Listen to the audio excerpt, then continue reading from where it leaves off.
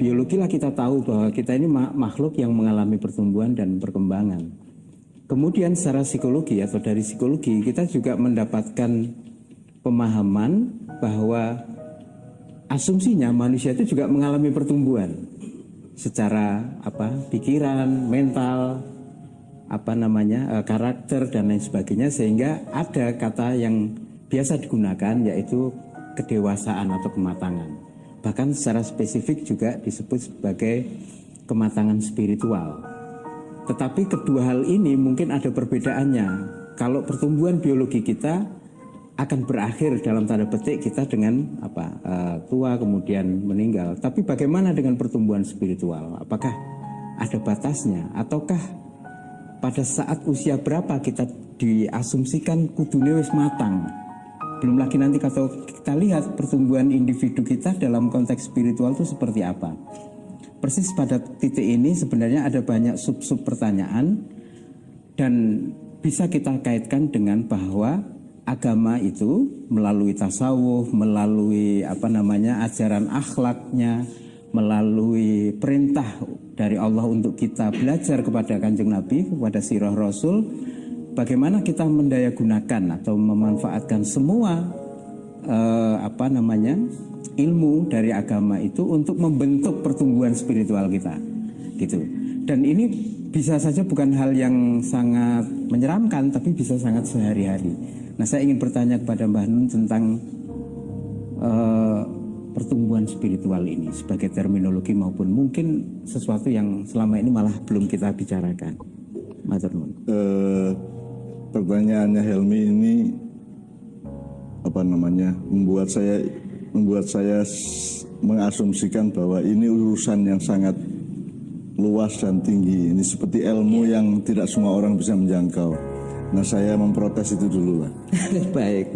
Mohon yang disebut pertumbuhan spiritual atau perjalanan menuju Allah, inna lillahi wa inna ilaihi raji'un, itu sebenarnya kan itu kan pekerjaan sehari-hari setiap orang dan setiap makhluk. Jadi ini jangan kita gambarkan seolah ini ilmu yang sangat tinggi, tasawuf itu pencapaiannya gimana kan.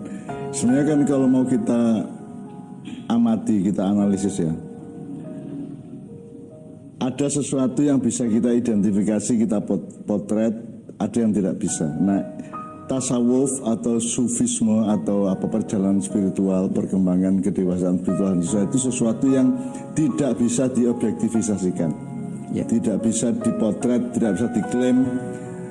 Yang bisa melihat adalah dirinya sendiri, dan dirinya sendiri juga tidak boleh ngeklaim.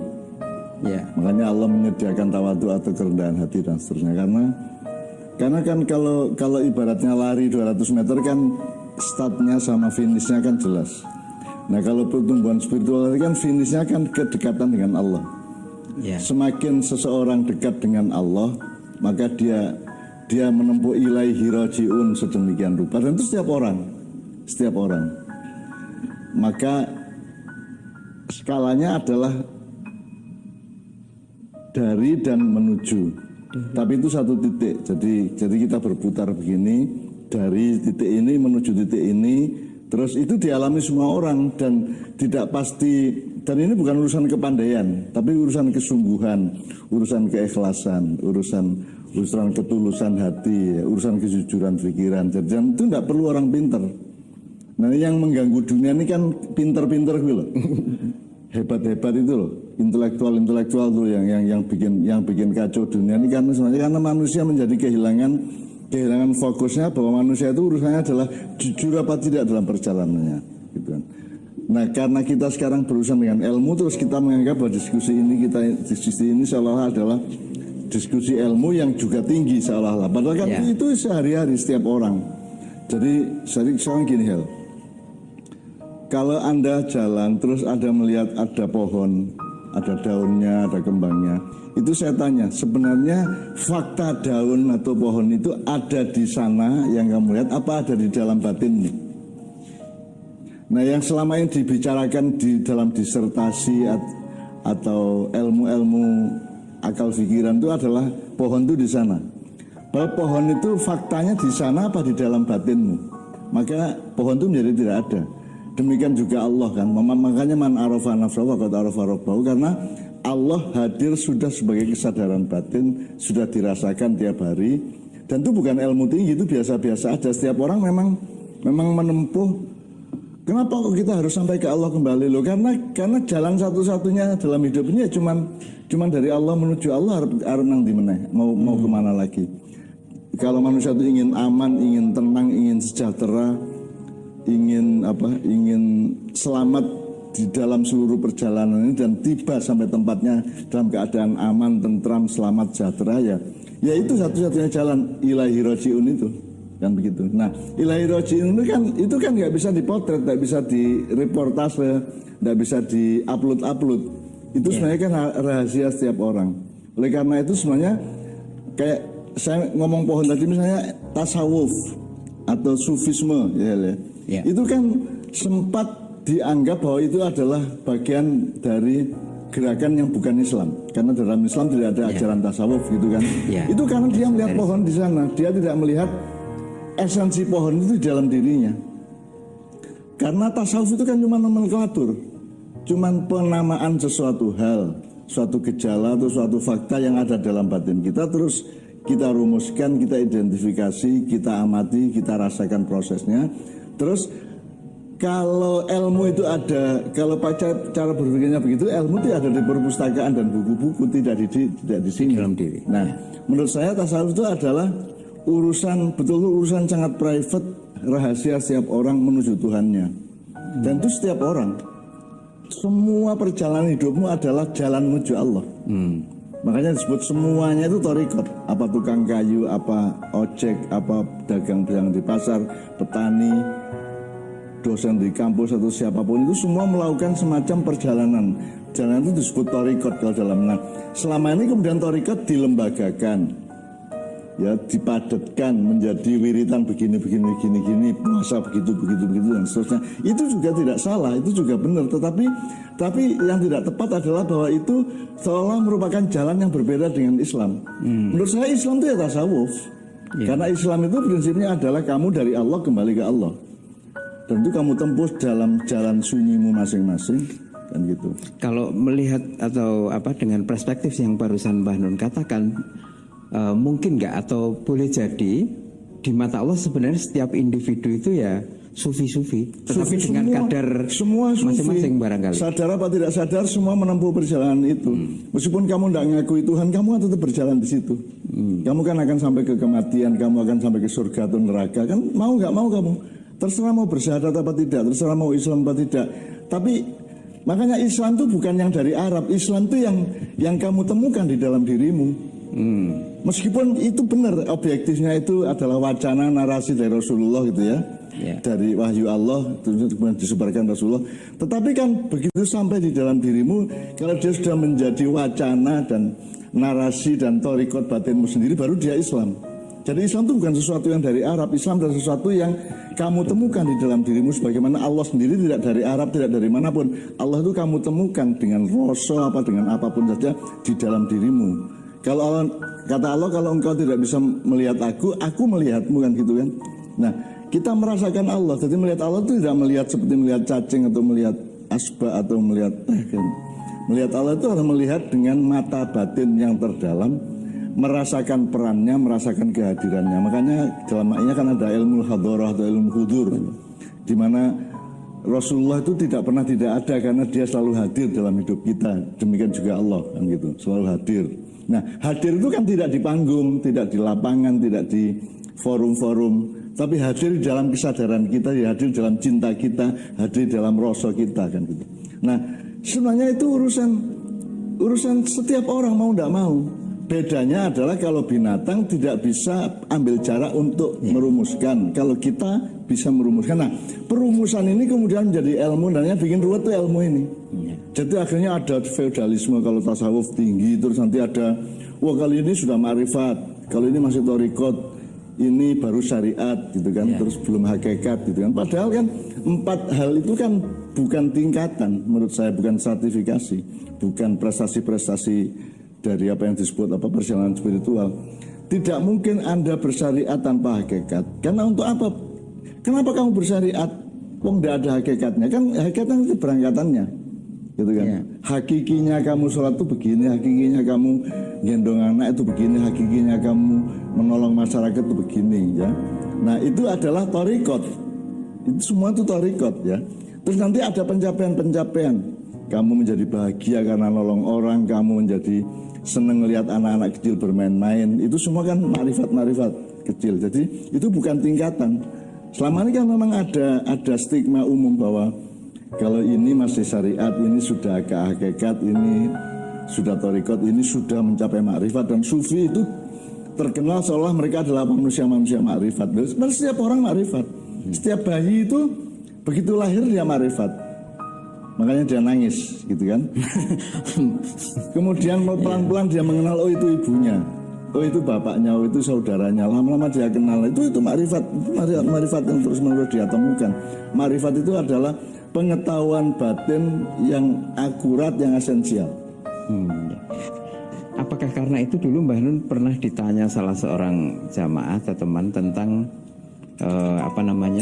pengenalan diri sendiri atau mengenal jati diri, dan waktu itu Mbah Nun menyampaikan kepada si penanya itu bahwa dirimu itu kamu temukan atau tidak itu tidak karena kamu secara kognitif menyadari atau tidak menyadari, karena sesungguhnya kamu sepanjang melakukan kebaikan terus itu membentuk dirimu. Nah ini penjelasannya seperti apa Mbak? Selama ini kan kalau orang bilang mencari diriku sendiri gitu ya, itu kemudian dia selalu terjebak pada perumusan-perumusan Kognitif ya. Kognitif, ilmiah, akademis, rasional. Kan begitu, padahal diri itu sebenarnya lebih mendalam dan lebih software daripada itu. Makanya tidak, kecuali diri budaya ya. Kalau diri budaya itu, oh itu pemain drama, oh itu tukang ojek, itu masalah simpel. Ya, oh itu presiden toh, oh jebul presiden, gitu. Oh kayak wali kota, gitu. Itu simpel kalau itu. Tapi kalau diri sendiri itu artinya adalah dirimu berbeda dengan diri lain, adalah bahwa kamu itu satu paket yang berbeda dengan orang yang lain, dan paket itu berasal dari Allah. Makanya kamu amati gejala-gejala hidupmu tiap hari, dialektikamu dengan Allah. Kalau kamu gini Allah gimana, kalau kamu begitu Allah gimana. Itu kita amati tiap hari, sehingga dalam mencari rezeki, dalam mencari istri, di dalam menjalankan apa saja, menempuh karier atau apapun saja, itu kita mewaspadai setiap yang pernah kita alami dengan Allah. Dalam kehidupan sehari-hari, kalau saya ingin mengelaborasi lebih lanjut, berarti kan setiap diri, setiap individu, setiap kita itu sebenarnya berada dalam medan kesufian masing-masing tatkala kita menghadapi persoalan-persoalan atau apapun sehari-hari. Nah, bagaimana supaya kita dalam medan itu tidak terlalu salah atau meleset gitu Mbak di dalam menapaki perjalanan. Kan ada tahap metodologisnya untuk supaya beres dan kompatibel dengan kemauan Allah kan. Jadi hidup itu kan Allah berkehendak, terus kehendaknya itu diperintahkan terus menjadi fayakun gitu. Fayakun maka terjadilah gitu. Terus terjadilah kita juga. Nah, kita kan harus tetap menjaga sambungan kita dengan yang bilang kun tadi itu. Kun, terus fayakun, fayakuni gitu ya, maka jadilah aku. Nah, saya kan harus tetap kompatibel. Ibarat motor kan saya harus mentempatkan onderdil saya, murnya berapa, ukurannya gitu, bautnya gimana, belinya roda di mana, dan itu misalnya ibarat kendaraan gitu ya. Jadi kita kan tetap harus kompatibel sama Allah terus menerus. Nah itu kan hanya bisa diamati oleh masing-masing. Yang bikin kita sekarang ini rusak dan terpecah-pecah adalah karena kita itu terlalu bangga kepada penemuan kita, kemudian kita bawa keluar dengan mulut kita atau dengan tulisan kita, kemudian kita mengunggul-unggulkan diri kita kepada orang lain, sehingga akhirnya tasawuf dianggap sesuatu yang tinggi, sufi itu orang yang hebat dan seterusnya. Sama dengan sarjana, profesor, doktor, profesor itu kan orang hebat, padahal sebenarnya setiap orang profesor atas dirinya masing-masing, kan begitu kan? Yeah. Setiap orang itu adalah dokter atas dirinya masing-masing, aras hidupnya masing-masing. Demikian juga setiap orang adalah pejalan sufi dari thariqat hidupnya masing-masing. Jadi sekali lagi Hel, diskusi kita ini kalau bisa mengajak teman-teman untuk melihat tasawuf sebagai sesuatu yang original di dalam batin. Jadi kita membersihkan semua pengenalan kita selama ini dengan membebaskan diri dari wacana-wacana yang ganggu. Yang ganggu itu misalnya stratifikasi ilmiah. Ya. Oh ini S1, ini S2, segala macam gitu-gitu itu loh. Itu yang bikin kita apa namanya bertengkar-tengkar itu karena satu ormas Islam merasa lebih hebat daripada ormas Islam yang lain. Kita kan di satu gerakan, satu kelompok merasa dirinya lebih hebat dari kelompok yang lain, sampai ketika Rasulullah entah sahih entah tidak, mutawatir apa tidak, ya Rasulullah mengatakan umatku akan terbelah menjadi 73 bagian kelompok. 73 atau 72? 73 kelompok atau firqah, ya, semua firqah, masuk neraka kecuali kelompok. Yang satu masuk surga, yang satu diterima Allah, yang 73. Selama ini di Maya kan saya tanya, terus kamu termasuk yang mana? Kamu termasuk 72 yang ditolak Allah, lamaran cintamu, apakah kamu termasuk yang satu? Rata-rata orang di bawah sadar mengatakan, terutama lembaga-lembaga muslim ya, apa ormas-ormas, apa gerakan-gerakan Islam itu merasa bahwa yang satu itu salah. Kalau jawaban Maya kan enggak. Mungkin saya masih menjadi bagian dari yang 72. Tapi saya berjuang supaya saya menjadi bagian dari yang satu yang diterima Allah. Gitu aja kan. Itu lebih dinamis kan daripada saya ngeklaim kamu diterima Allah saya tidak, atau sebaliknya kan gitu.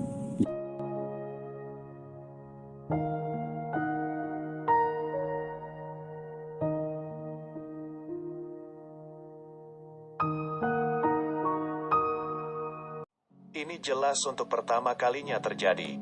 Sejarah dengan penuh gairah mengenyam dan mencatat kejutan ini di atas tinta mutiara. Segala mulut dan segala mass media sibuk mencari kata-kata dan kalimat yang tepat, yang artistik dan spektakuler untuk mengabadikannya. Sebenarnya pada mulanya hanya terjadi di sebuah kampung, bahkan di sebuah pojok yang menjadi bagian kecil dari kampung. Seseorang, laki-laki tua, pagi-pagi buta berkata kepada istrinya, "Hebat, semalam aku bermimpi sensasional, entah bagaimana bentuk kisahnya yang jelas. Tapi yang kuingat, Tuhan mulai hari ini menutup rapat-rapat pintunya." "Hei," istrinya terbelalak, "aku juga bermimpi demikian. Aku melihat mendadak di langit muncul makhluk aneh yang amat besar, membawa trompet yang juga amat besar ukurannya, mengumandangkan suara ke segala penjuru bahwa Tuhan telah menutup pintunya." Belum selesai keheranan sang suami, muncul menantunya dan menceritakan pengalaman yang sama. Belum sempat lagi menguraikan apa yang sesungguhnya terjadi, datang tetangga, bertanya apa bisa masuk nalar mimpinya semalam bahwa Tuhan menutup pintu. Maka kemudian menjalarlah keheranan demi keheranan, ketakjuban demi ketakjuban, meskipun dengan cerita mimpi yang berbeda-beda, tetapi kesimpulannya semua sama. Beberapa saat kemudian di seluruh kampung orang dipersatukan oleh rasa takjub yang sama. Dan seterusnya, tanpa terasa seluruh daerah, seluruh kota, seluruh negara, seluruh benua dan seluruh dunia, diikat oleh pergunjingan tetangga tentang masalah yang sama. Hanya dalam waktu tak lebih dari 2 malam. Bahkan bisa dikatakan sehari semalam, yakni sepanjang matahari beredar mengelilingi bumi, ketika semua manusia di seluruh bulatan bumi punya satu kali kesempatan untuk bangun pagi. Hanya saja, hal tersebut menjadi kesadaran internasional, ditempuh dalam waktu 2 hari 2 malam. Maklumlah peradaban umat manusia sudah demikian maju. Jaringan komunikasi sudah mencapai tingkat sedemikian rupa sehingga mampu mengedari bumi dan mengikat kesadaran bersama hanya dalam waktu yang teramat singkat. Pada detik-detik berikutnya, kesibukan rasa takjub itu mulai meningkat ke proses yang lebih jauh dan dalam. Segala topik yang semula menggunjing dunia, umpamanya soal perang yang tak kunjung selesai atau peristiwa olahraga internasional, terhapus secara mendadak oleh kejutan ini. Bagaimana mungkin, kata setiap orang, sejak dari rakyat paling kecil, bodoh dan buta huruf, sampai pada pemimpin-pemimpin negara atau pemuka agama, tidak ada satupun yang absen memperbincangkannya, menguraikannya, menilainya, mengira-ngira, menyimpulkan atau setidaknya menawarkan kemungkinan. Ada yang menggunakan cara berpikir yang ilmiah, ada yang lugu, ada yang menangkapnya secara mistis, serta ada juga yang menggabungkan antara kepercayaan yang diperolehnya dari agama dengan tuduhan-tuduhan yang dahsyat terhadap dosa-dosa manusia selama sekian abad di dunia. Tetapi yang jelas tidak ada seorang pun berani acuh atau meremehkannya. Ia menjadi masalah semua jenis dan tingkat manusia, sejak kuli pelabuhan, babu Cina, pencari puntung, pedagang kaki lima, guru sekolah, pemain teater, pengkhotbah, sampai pegawai negeri dan gerilyawan di hutan-hutan. Masalah ini segera menumbuhkan berbagai macam reaksi, di samping reaksi pikiran, yang terlebih lagi ialah reaksi perasaan. Umumnya manusia dihinggapi rasa panik, cemas, minimal khawatir. Ini peringatan bagi keserakahan manusia selama ini, kata seorang pemeluk agama yang patuh. Tanda mau kiamat, ujar lainnya. Tuhan tak sudi lagi mengundurkan hukuman sampai hari akhir kelak di neraka, tapi menunjukkan kekuasaannya sekarang. Semua bernada sama, rupanya tidak peduli seseorang punya ideologi, posisi sosial atau jabatan apa, semuanya langsung tertusuk kemanusiaannya oleh kejadian dramatis ini. Ada yang sekaligus menyalahkan para pengkhianat, orang-orang murtad, penjahat-penjahat, para pelacur yang menjual tubuhnya maupun keyakinannya, kaum munafik, penindas rakyat, penjilat, pengingkar sembahyang, orang-orang yang tidak setia pada tanggung jawabnya, serta mereka yang mengeksploatir kedudukan untuk memenuhi nafsu keduniaannya. Ada juga yang langsung mengarahkan tudingannya ke para pemimpin dunia, yang dianggap penentu dari segala keadaan dan akibat-akibatnya dalam kehidupan seluruh dunia. Ada yang menyalahkan negara-negara penjajah, ambisius dan imperialis. Ada yang menyalahkan para pemegang sumber arah kebudayaan, menyalahkan kebijaksanaannya yang ternyata menyesatkan hidup dan menumbuhkan ketidakseimbangan. Tetapi dari kesemuanya, bisa ditarik garis besar yang sama, ialah nada pertobatan, rasa dosa dan kesadaran untuk menyesali masa silam yang penuh noda. Hanya negara-negara yang rakyatnya selama ini mengaku tidak bertuhan saja yang bereaksi minor. Mula-mula mereka menuduh sementara negara raksasa di dunialah yang membuat kejadian ini, dengan cara menciptakan komputer yang bisa mensugesti situasi kejiwaan umat manusia seluruh dunia, untuk merasakan dan mengalami wujud mimpi yang sama. Mereka mengatakan, negara raksasa itu punya maksud ideologis politis yang bertujuan mempengaruhi alam jiwa rakyat yang tak bertuhan. Disimpulkannya bahwa tindakan tersebut sesungguhnya merupakan serangan perang.